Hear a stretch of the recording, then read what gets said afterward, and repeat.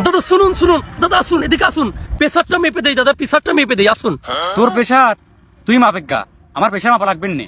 এভাবে বলবেন না দাদা, আসলে অনেকদিন হলো আপনারা আমাদের দেশে ওই চিকিৎসাটা নিতে আসছেন না, তাই উপায়ন্ত না দেখে নিজেই চলে আসলুম যে আপনাদের ওই প্রেসারটা একটু মেপে দেই। ঘটনা কি বুঝলাম না, তোরাই তো করলি যে বাংলাদেশি করে চিকিৎসা দেবো না, বিনি চিকিৎসায় মরে যাবি, এখন আবার দেখতেছি বর্ডারে চলে আসছিস চিকিৎসা দিবির।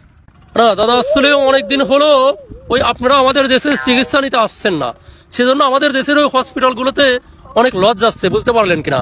আর একটা কথা হলো দাদা, ওই আপনাদের জন্য তো 50% ওই ডিসকাউন্ট করা হয়েছে। আর দাদা ওই জানেন তো, ওই সীমানা মেট্রো রেলটা শুধু আপনাদের জন্য করা হয়েছে, আপনারা আসবেন দাদা, চিকিৎসা পাতি নেবেন, বুঝতে পারলেন কিনা।